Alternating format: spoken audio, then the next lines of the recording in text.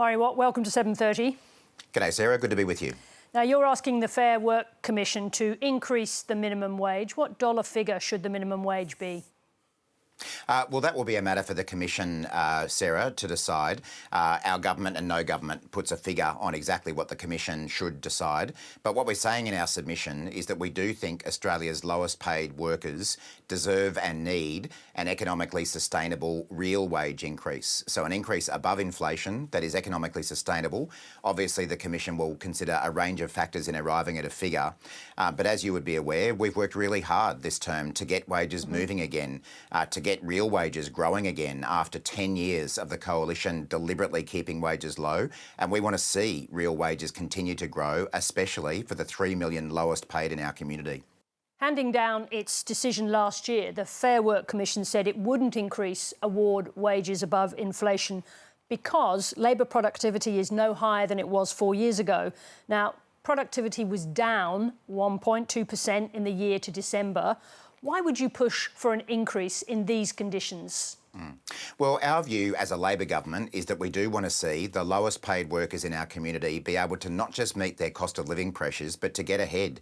We've obviously supported people in the community with our tax cuts that have been fairer, the new tax cuts we've announced that Peter Dutton is opposing, a range of cost of living relief as well. But of course, getting wages lifted again has been a really crucial factor in helping Australians deal with the cost of living pressures that they're facing and continue to face. When it comes to productivity, we absolutely support lifting productivity in our economy. What we don't agree with is the approach of Peter Dutton and the coalition, which is that people should work longer for less. That didn't work when they were in office, when we saw the worst decade of productivity growth we'd seen in 60 years, despite low wages. What we want to do is lift productivity at the same time as lift wages, especially for the lowest paid in our community. Now, everyone says they want to lift productivity. The question is whether you are taking the measures to achieve it. The Reserve Bank governor said that the economy cannot sustain wage increases without productivity growth in the medium term.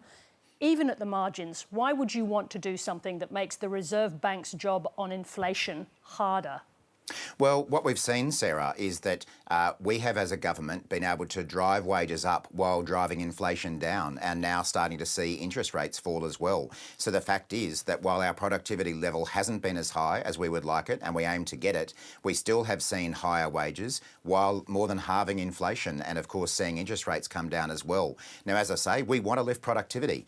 The way we want to do it is a Labor way of doing it that does look after people and take the whole nation forward. It's why we're investing in technology. It's why we're investing in the energy transition. It's why we're driving competition reform. And just last week, you may have seen, we announced that we will ban non-compete clauses in employment contracts. And the Productivity Commission itself has said that that will lift productivity as well as wages. So when do we see the yields then? Because at this stage in the electoral cycle, we would be looking at judging you, the voters will be judging you on results, not only intentions. So when do we see a change in productivity that's been so sluggish? Well, I would remind you that when we came to office, we had seen a decade of the lowest productivity growth that we'd seen in 60 years. So I think it's a little unrealistic to think that was going to turn around within 1 or 2 years. This is something that is a core agenda for our government. As I say, we've got a very broad productivity agenda that we're already delivering. The debate really is about how we get to higher productivity. And Labor's approach is about investing in skills, investing in the energy transition, technology.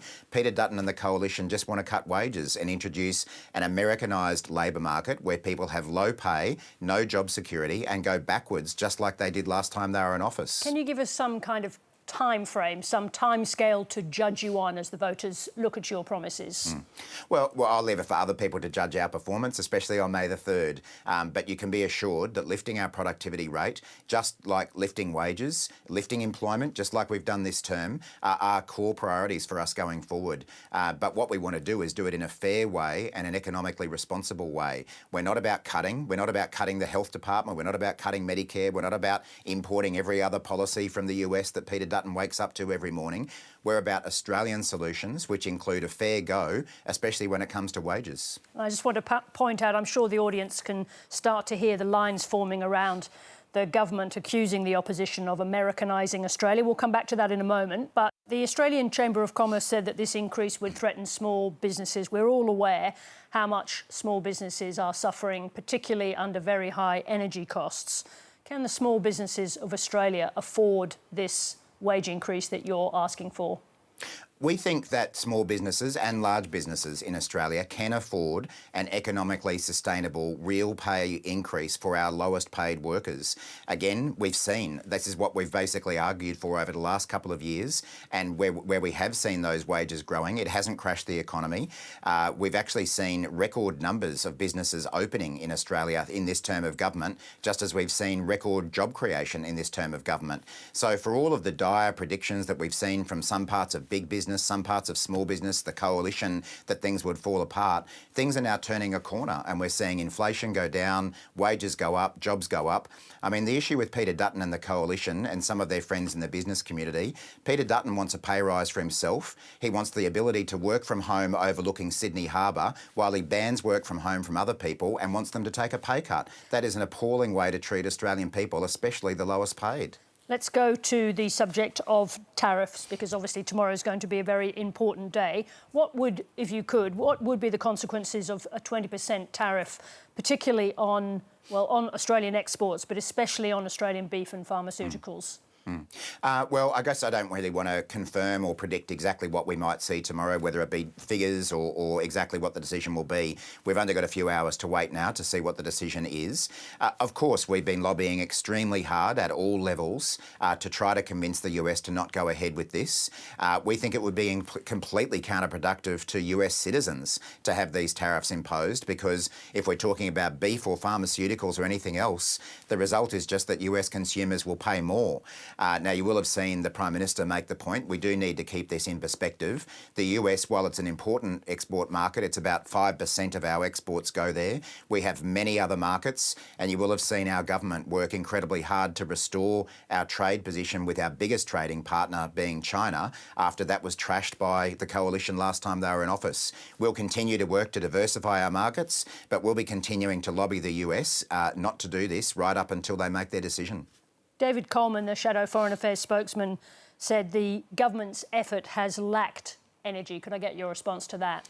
Well, I mean, seriously, these are the people who trashed our trading relationship with our biggest trading partner when they were last in office. Again, as the Agriculture Minister, I met countless farmers and farm organisations who had suffered immense financial damage as a result of the way the coalition carried on with our trading relationship with China. We're not about to take lessons from people who proved completely incompetent when they were in government, and all this macho stuff that we're going on with Peter Dutton and his colleagues at the moment, it doesn't lead to anything. I actually think it's a bit sad and pathetic, really. Well, we're about to hear from David Coleman. Murray Watt, in the meantime, thank you very much indeed for joining us. Thanks, Sarah.